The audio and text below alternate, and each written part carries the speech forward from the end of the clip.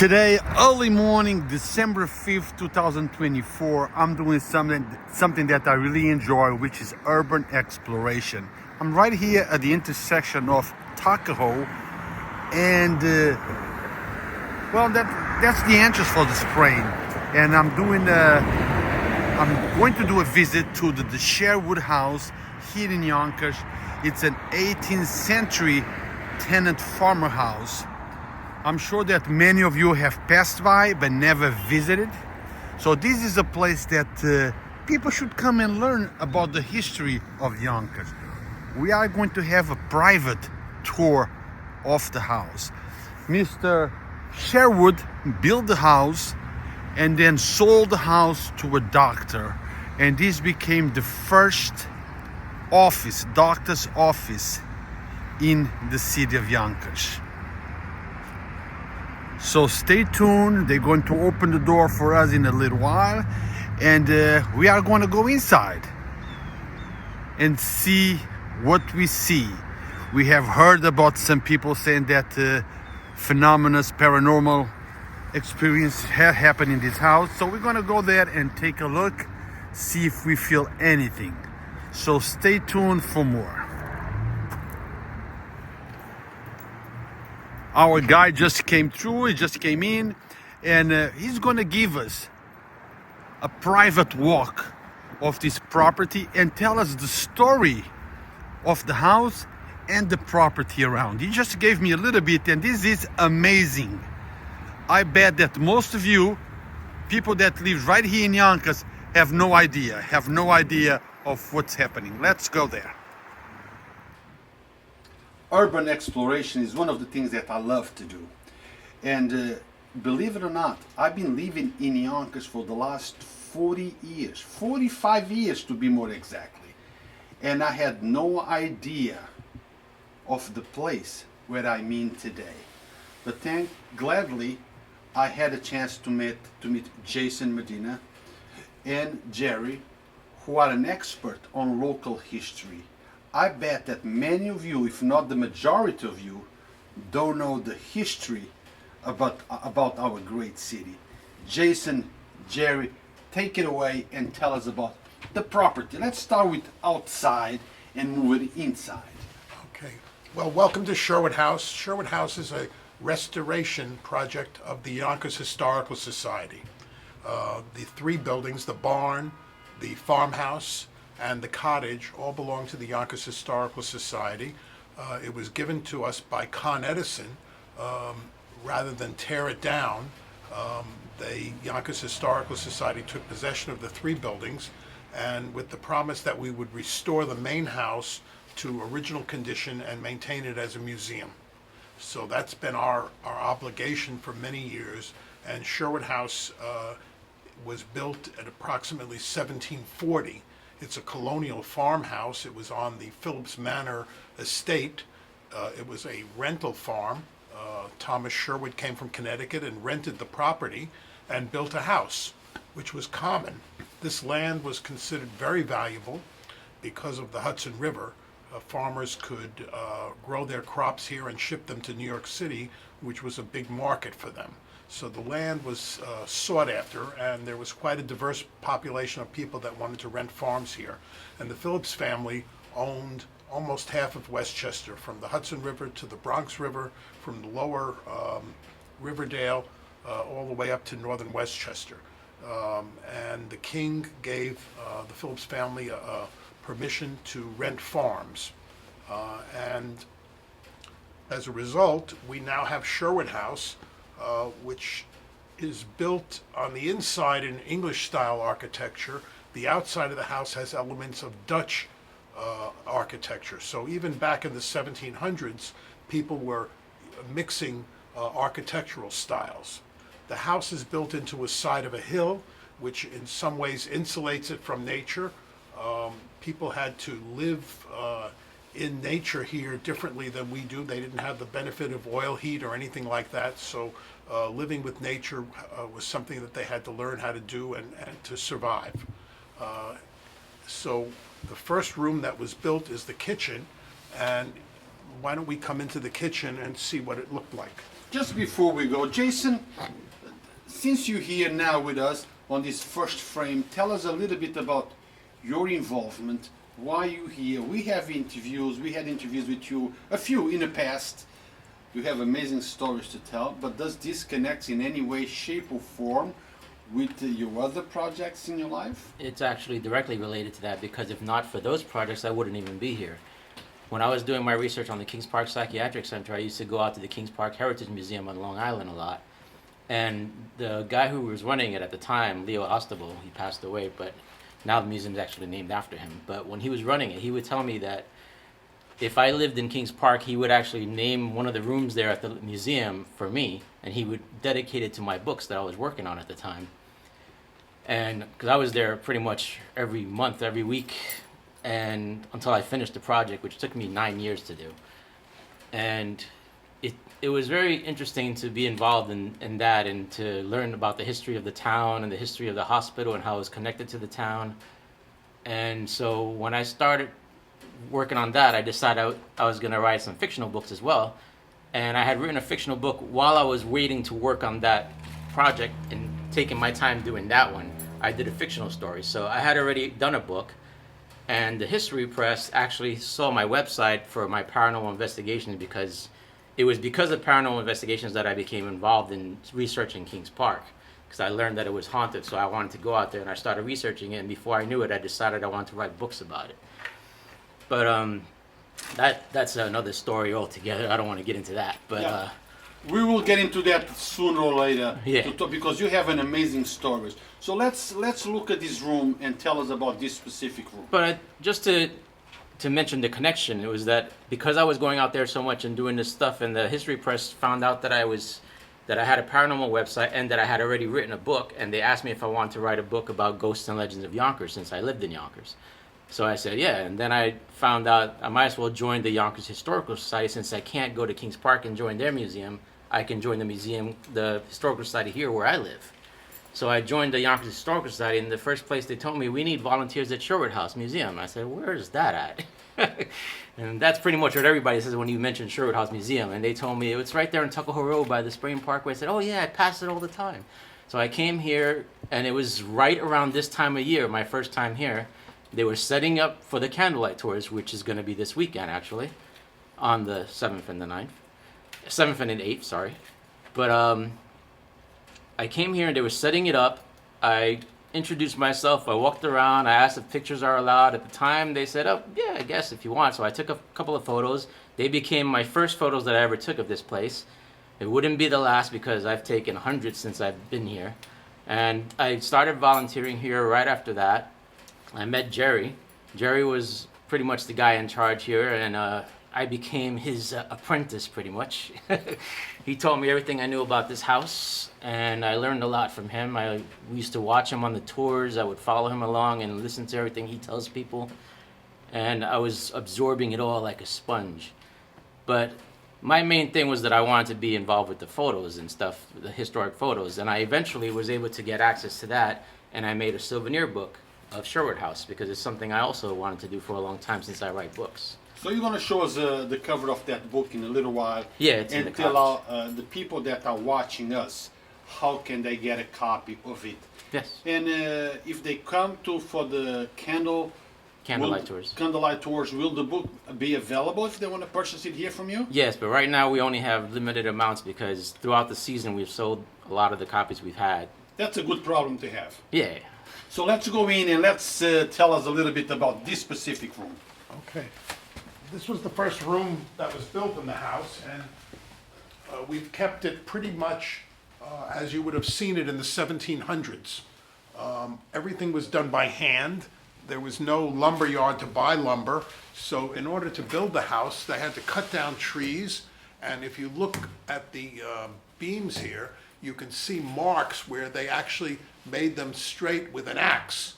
This wasn't even done at a sawmill, it was done by hand. So this is how authentic this room is. This house has always been occupied since the 1700s. Maybe that's why it's still standing. When the Yonkers Historical Society took possession of the house, this was the kitchen of a restaurant. and it was an Italian restaurant, probably the first Italian restaurant in Yonkers. And this wall, this fireplace was hidden by a wall. And we knew that the wall was not old, so we took out the wall, and that's when we discovered the fireplaces. So the floor we put in, these stones probably came from farmers' walls. In the 1700s, a kitchen might have had a dirt floor. It wasn't considered a room of entertainment. And in fact, you wouldn't have come into the house on the first floor. There was a staircase on the side of the house that would bring you upstairs to the parlor floor. So, but that staircase was not deemed safe, so we took it down. So now we enter the house on the first level. But if you were company, you wouldn't have come in through the kitchen. And if you look, the fireplace, of course, would have been the main place for cooking and warmth. It's pretty extraordinary nowadays to think that that's how cooking was done. But if you look, you'll see they have pots and things that would have helped them cook. This is a rotisserie. You could put a piece of meat on there, and it's open to the fire in the back, and you would turn it. Maybe one of the kids would turn it, and when the meat was done, that's where the expression "done to a turn" comes from. So this was the main fireplace, and they had another fireplace. This is very European, called a beehive oven, and this is where they would do baking.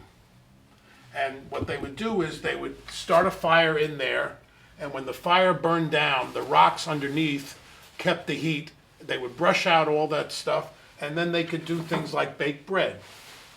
So bread or puddings were made in here, and for example, when you cook in this type of oven, very often the top part is the good part, and the bottom part will be soggy. And in Europe, the rich people would get the top part of the bread, and the bottom part was given to the poorer people. And that's where the term upper crust comes from. Now, Jerry, anything here is original? Nothing in the house is original to the Sherwood family. All the things you see here have been donated by people. We've tried to recreate what a kitchen might look like in the 1700s. But if you've ever moved, did you take your stuff with you? Well, so did they. So people took their valuables with them. And when we inherited the house, there was nothing really from the 1700s except for the house. This is a house museum. If you go to the Metropolitan Museum, that building was built to be a museum. This is the museum here is the house itself. But what I mean by is the foundation, the beams here. These are all original. Everything you see here is what was made in the 1700s. So you're actually you're walking into a space where people in the 1700s were. And some people notice that the ceilings are low, and they wonder whether people were shorter. Well, that's not true. People weren't shorter per se, but it takes a lot more heat to heat a tall ceiling. So it was very economical to have lower ceilings. So when you see old houses with lower ceilings, it's because they were chopping the wood to heat that house. And it was economical not to have that. You'll see the table setting, we have it set, you see pewter plates here. If this was a poor family, they would probably all eat out of one bowl called a trencher. And this is an example of that. And maybe the father would have a plate. Here's a sample of something that you could still get. It's for cutting bread. You put the bread in there, and then you can pick how thick a slice you want, because there are different thicknesses here. So if you had a lot of people to feed, you might cut thinner slices. Silverware, in the 1700s, forks had 2 tongs. As time went on,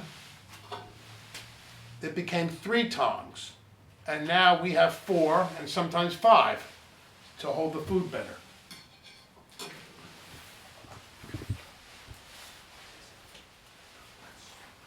Candles. candles were expensive, and beeswax would have been too expensive, so most of the candles were made out of tallow from beef or other animals, and they would make candles. In fact, because they're made from food, from animal sources, they would have to keep the candles in a metal box because the rodents would eat them if they left them out. Here's an example of what you might do in the winter if you were on a farm. There's not much to do in the winter. This is a pitcher probably used for milk, and it's actually from one piece of wood. So it's all hollowed out and made by hand.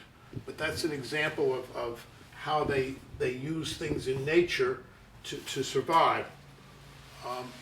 You still see punch lamps like this at Home Goods, and this was very effective for walking around with a candle because the punches came outwards and kept the breeze away so the candle wouldn't blow out, and it was safer to go into a barn with a candle in this because it wouldn't start a fire if it tipped over. The other thing we found was that every household had its own pattern. So you would know who was coming at night. You could recognize the pattern if it was one of your neighbors. The keeping warm was something in the winter. Here's a box that was actually a foot warmer. It's a metal box. They put coals in there and keep it on the floor, and you could put your feet on it. And you would take something like this with you to church because church didn't have heating and you'd be there for several hours. So a foot warmer was something that was standard in those days.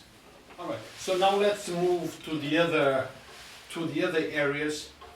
Now we are going to move to the other rooms, and so you guys can take a look. But guys, Now, so the house was originally built this wide, and in 1801, Doctor Ingersoll, John Ingersoll, came from Connecticut, bought the property, and he was a doctor, and he added on this room that we're going to go into.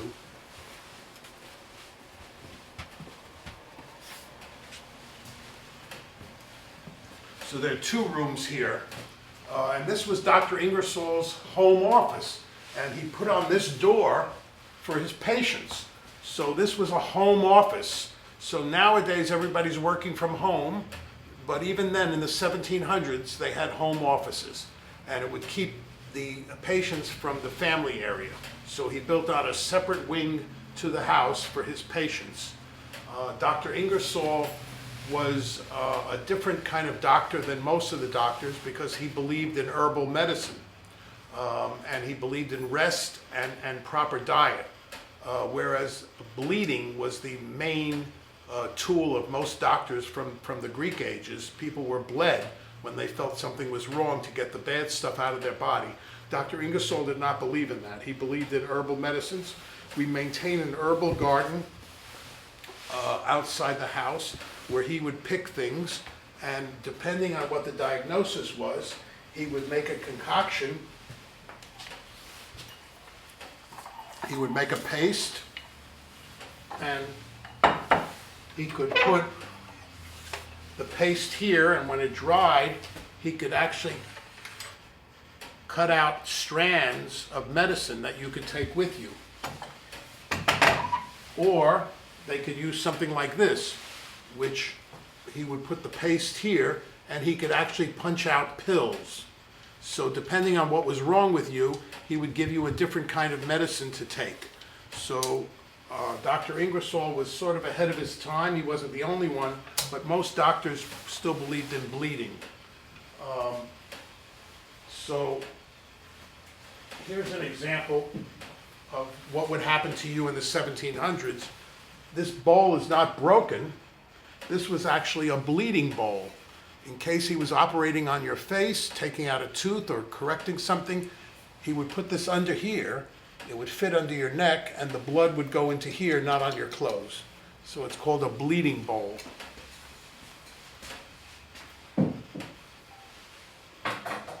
This saw, which was donated by Jason actually, is from the Civil War.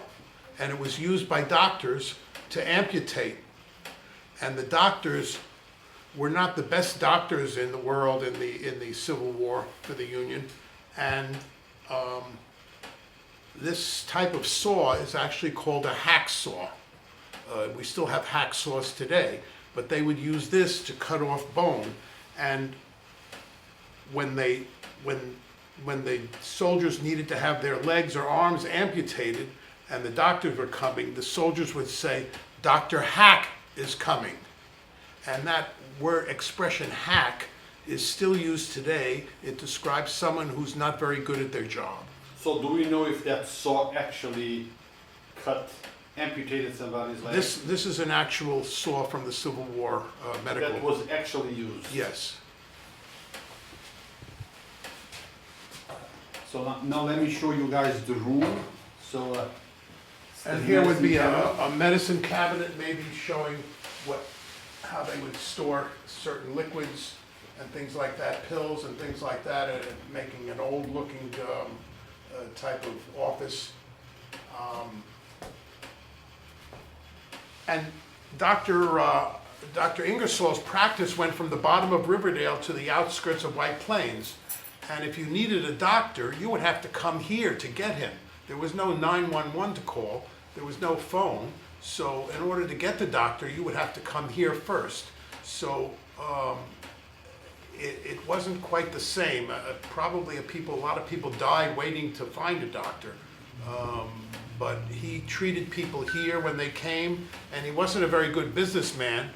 He probably accepted chickens and produce for payment, and he also started drinking. Don't forget that in the 1700s there was no aspirin, there was no painkillers. People frequently drank because of pain.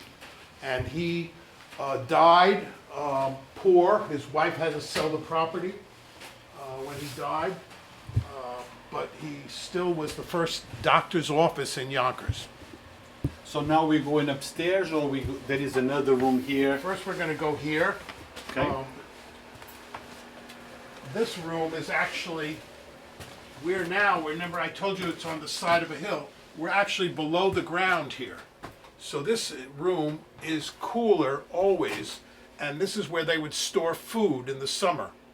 And you could keep things here for a long time. So this part of the house was helpful to them to be able to survive, keeping food and liquids from turning bad for a longer period of time. In fact, if you dug a hole and you buried ice and covered it with grass and things, you could probably keep ice till the middle of the summer, because the earth has a certain temperature when you get certain down below.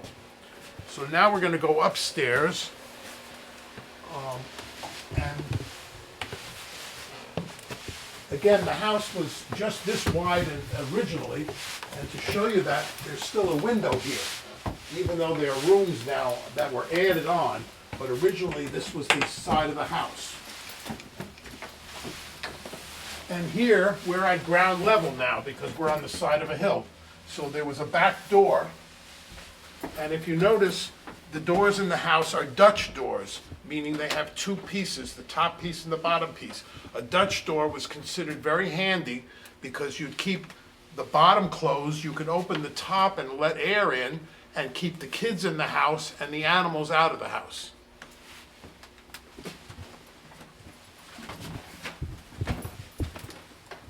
And here we have a bedroom. And this bedroom probably dates back to about 1830. And this bed is actually called a sleep-tight bed. And there was a crank that was here, and if you notice, it didn't have a mattress, it had canvas and ropes. Well, this thing would turn, and if the bed started to sag, you could crank it and turn it till it was tight again, and that's where it became a sleep-tight bed. So the number bed is not anything new. They had number beds in the 1700s. You could turn that crank and get as support of a mattress as you liked. If you notice this quilt, Yonkers was the center of carpet making in the world at some point. We still have the mills on Neperhan. And once they realized that when they were finished making carpets, they used the mills, they would make these things, coverlets, and this one is dated 1834. So they were quite useful and quite durable. People would sleep in night beds, in night shirts, men and women. Here are some many tools that were used by people in the 1800s. For instance, this is called a darning egg, and you didn't have a store to go to buy new socks, so if your sock had a hole in it, you'd put it over here, the hole over here, and you would reweave the material until you filled in the, patched the hole. This was a hair curler. We have them today, only the ones we have today are plug-in. In the 1800s, you would put this in the fire to heat it up, and then you would curl your hair if you had hair.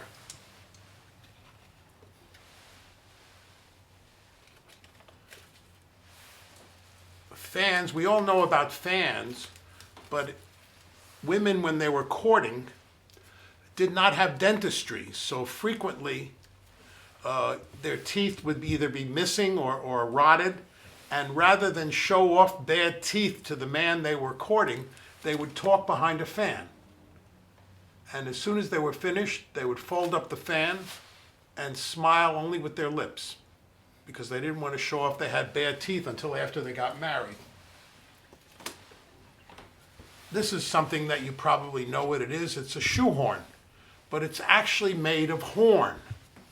This is from an ox.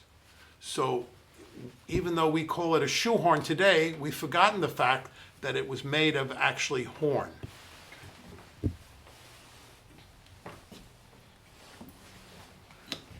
This, people don't know what this is, but if you had gloves in those days, they were nice leather, kid leather gloves, and if they got wet, before you put them away, you wanted to stretch out the fingers. So you would stretch out the fingers so that they would dry properly.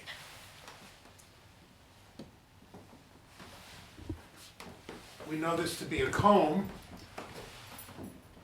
but if you look at it, it's actually one piece of wood. So someone carved that. Look how delicate that is, that they could have carved a comb out of one piece of wood. Let's now move on to the other rooms. Okay.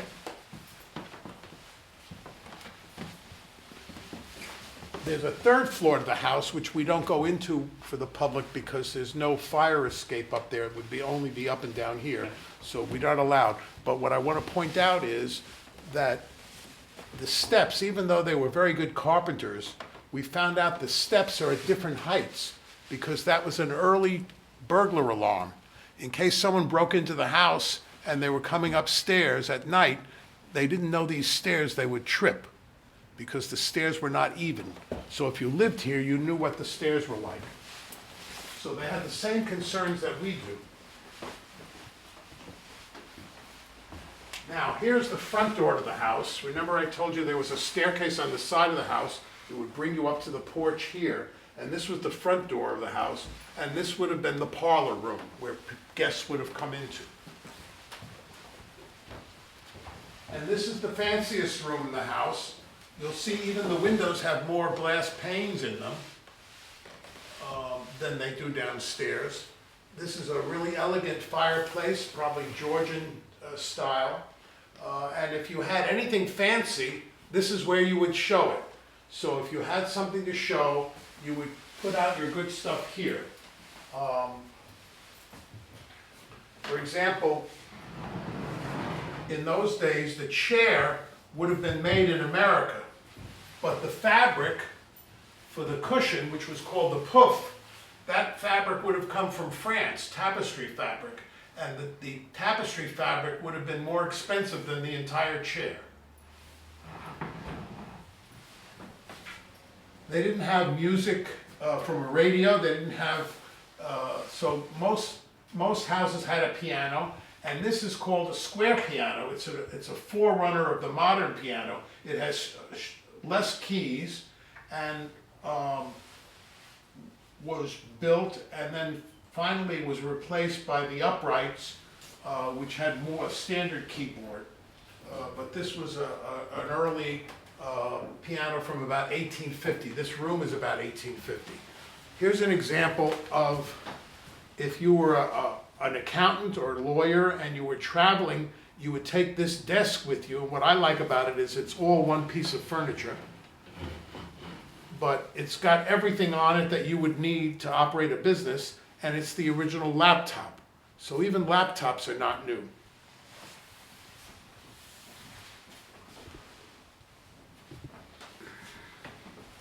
So people would come to visit, they would bring cards with them, greeting cards, say who they were. That was very formal. And they would wait in here, and people would come and they would wait for the host to come and greet them here. And the furniture, this is probably Delft and English pottery. So they would have had a mixture of Dutch pottery and English pottery in those days here. So, and this room, we know this was added on top of the doctor's office downstairs, and we know it was an afterthought because they wouldn't have had, if it was built at the time the house was built, it would have been level. But we know that it was added on later because you have to step up. And we call this room Victorian age room. The furniture in here is from the age of Victoria, Queen Victoria. And the Victorians were very showy. If you had it, flaunt it. So the furniture is quite ornate. When I got here many years ago, nobody knew anything about this clock. So I called up my friend Stanley, who's a clockmaker. He fixes antique clocks, and he said, "Is there a name on the clock?" I said, "Yes." I said, "It's Silas Hoadley." He said, "Well, that's the man that built the clock." So I Googled Silas Hoadley, and he was actually in business from about 1760 to 1820. So I didn't know when the clock was built. So he said, "Well, move the top of the clock and tell me what you see." And the entire mechanism of the clock was made out of wood, not metal. He said, "I know how old the clock is." I said, "How do you know?" He said, "During the War of 1812, there was an embargo and they could not get brass. Brass is made from copper. They couldn't get copper in the country. So they went to the south, got hardwoods, and carved wooden movements for the clock. So these wooden movement clocks are fairly common and were made for a number of the years. So even the history of the country shows you that embargo did not work then. We've tried to embargo Cuba, we've tried to embargo Russia. Embargo doesn't seem to work, but it's not a new concept. This is a fainting couch. Women would relax on here, maybe if they felt they were gonna faint, that's why they call it a fainting couch.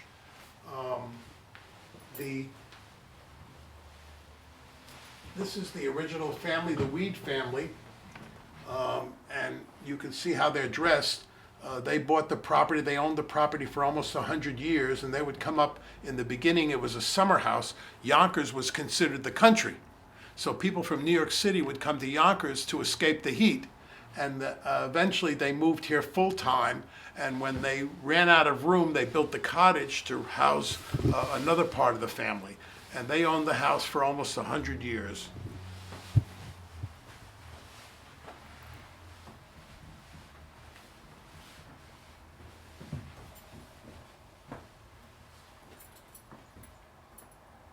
I think you talk about that. Jason, tell me about what's in the curio cabinet.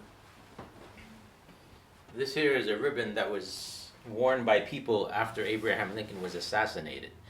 And they had his funeral train coming up through Getty Square in Yonkers. And they had these these big banners near the train station that they would have, and they also had banners hanging from buildings. And I have pictures of those, which I do want to put in here at some point. I have to print them out. But this is one of the ribbons that somebody would have worn, a mourning ribbon that somebody actually donated to us that was from 1865. And that book right behind it is a Bible from 1779. It's from 1779. It belonged to Benjamin Weed. And he was directly related to the family that was in that portrait. And they owned the house longer than any other family that ever owned a house. And this is the only thing in this house that is directly related to the history of the house, because it belonged to the family before they even lived here. And this shoe, it's a bedroom slipper, pretty ornate with stitching, and actually belonged to Martha Washington. She gave a pair of her slippers to one of his captains in Washington's inner detail that she must have seen a lot of, because we found out she also knit him a bed cap, which is in some museum in Princeton. But a family donated, the pair of shoes was handed down through this family of the captain, and eventually one shoe went to one part of the family and one shoe went to the other, and this shoe was donated by that part of the family to the Sherwood House. So that's Martha Washington's shoe. But Martha nor George never visited the house, but we do have a shoe from Martha Washington. But George Washington actually Passed by. drove or passed by the front. His army, Washington and the army passed by on their way over to a battle in Eastchester.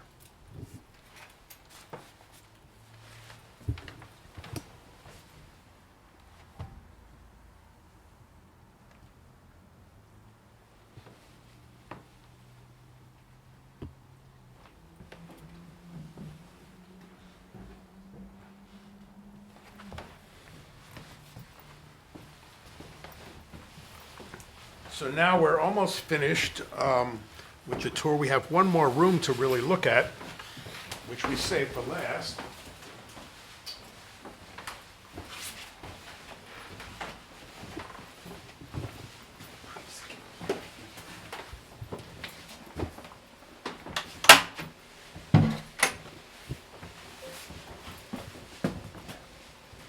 And this room is filled with toys from kids and clothing and the bedspread. So this is things that kids might have enjoyed many, many years ago.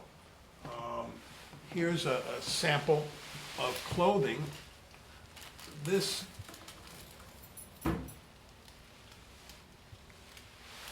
is a set of clothing from 1865, and it would have actually been for a boy. That boys did not wear pants until they were toilet trained. So boys and girls were all wearing skirts because it was a lot easier to handle the diapers with a skirt than having to take off pants. So until a boy was breeched, maybe that's where the word came from, until he was toilet trained, he didn't get pants. Here's something interesting here, children's.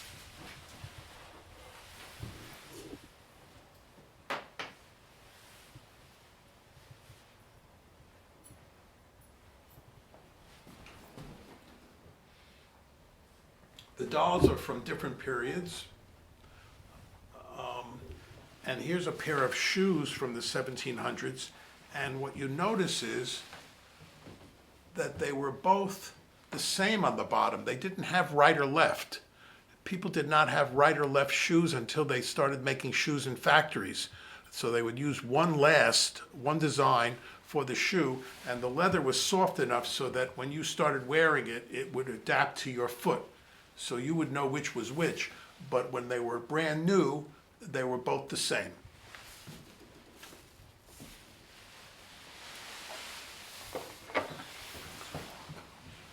These are called samplers, and when a girl reached a certain age,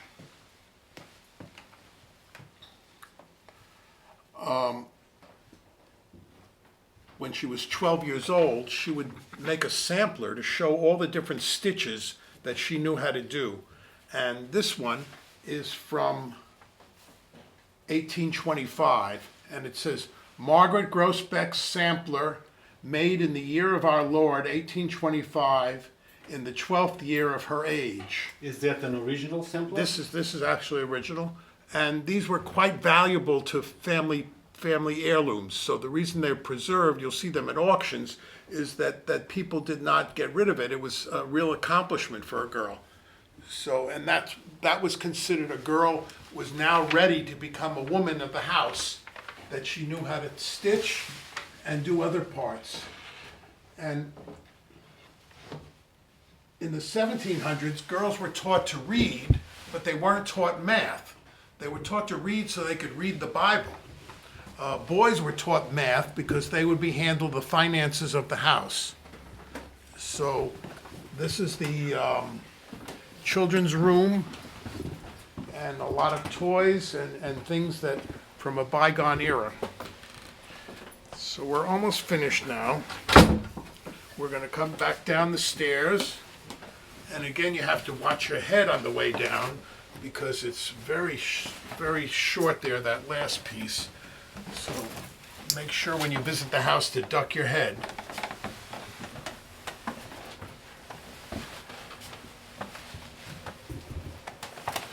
And I want to show you one other thing. Since this was a farm, he had to grow crops and pay rent. And they paid rent once a year to the Phillips family. And here is an original lease that the Phillips family would give to a farmer who came to rent the house. And it was printed almost like you would go to Staples and buy a form, and he would fill it out with whoever was renting the house and how much rent they were going to pay.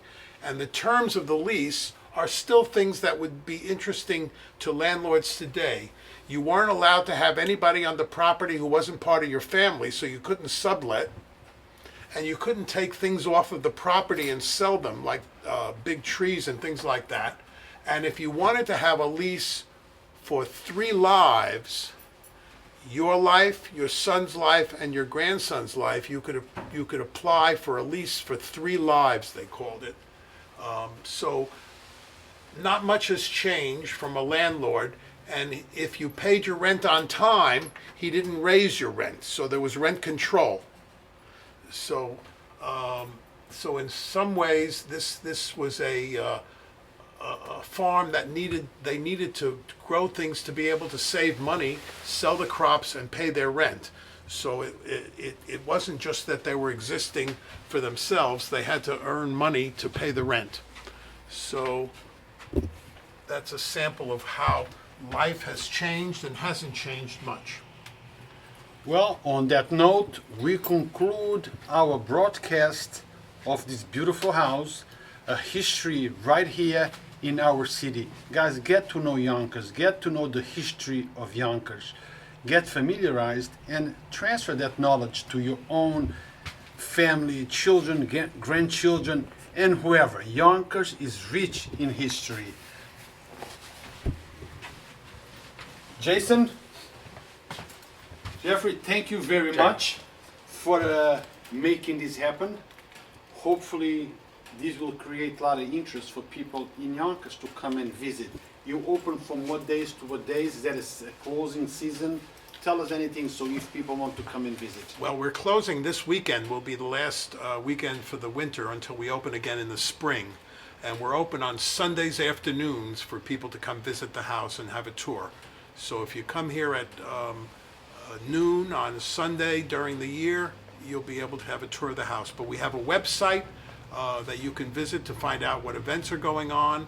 And also we have, where else is the house publicized? We have Facebook. It's this stuff on Instagram sometimes, but under the Historical Society's banner. And every once in a while you might find videos on TikTok, also from the Historical Society. If you follow Yonkers Historical Society, you can see the TikTok videos, and on Facebook and the website, of course, too. Again. And we now have a museum store. You can purchase souvenirs of Sherwood House and of historical toys and things like that for kids. Admission is free, so please come. We accept donations, and the Yonkers Historical Society raises money by having members and also gets grants. And we do a lot of fundraising to keep this house up because it's very expensive to keep up the property. So we appreciate the public coming here. And if you want to join the Yonkers Historical Society, please do. We still could use volunteers. We have archives at the Will Library. We have an office there. You can volunteer there. You can volunteer at the house. We have gardening that goes on during the warmer months.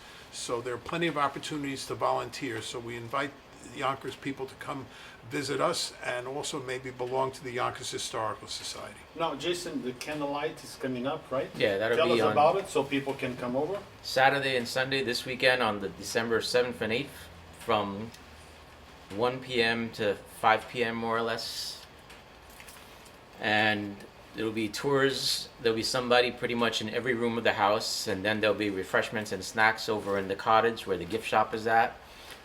And just basically park on the grass, and like you said, the tours are free. It'll be our last weekend that we're open, and we won't open again until April 20th of 2025, which is Easter Sunday. Well, thank you to both for making this tour happen. I appreciate it. This is like a treasure to me. I had no idea. And I think there is thousands of other people in Yonkers that have no idea. Now they do. The secret is now out. And I'll give you one other thing because I know you like this stuff. I've had one paranormal thing happen in this house when I was doing an investigation one time around 9:30. And I had one person in the kitchen, one person in the doctor's office while I stood right here in the hallway.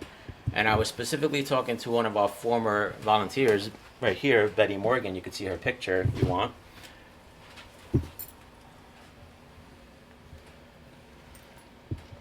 So Betty, she used to basically do the kitchen tours during the special events, and she liked to dress up in period costumes sometimes. And she was a really nice person. And I always told her that I would try to get her a fake bread to put for the beehive oven, which, as you see, it's there now. But I didn't get that, unfortunately, until after she passed away. So when I was here doing that investigation that night, it was pretty much right after getting the bread. And I was mentioning to her, I was talking to her specifically with a recorder, and I was saying, Betty, I finally got that loaf of bread for you. I wish you could have seen it. And at that moment, there was singing, a woman singing that we could hear. And one person in there said, I hear singing, and the person in here said, I hear it too, and I also heard it. And I was recording it at the time. If I could find it, I'll send it to you. But it was nice to hear that. And at the time, it was 9:30 at night. There's nobody outside.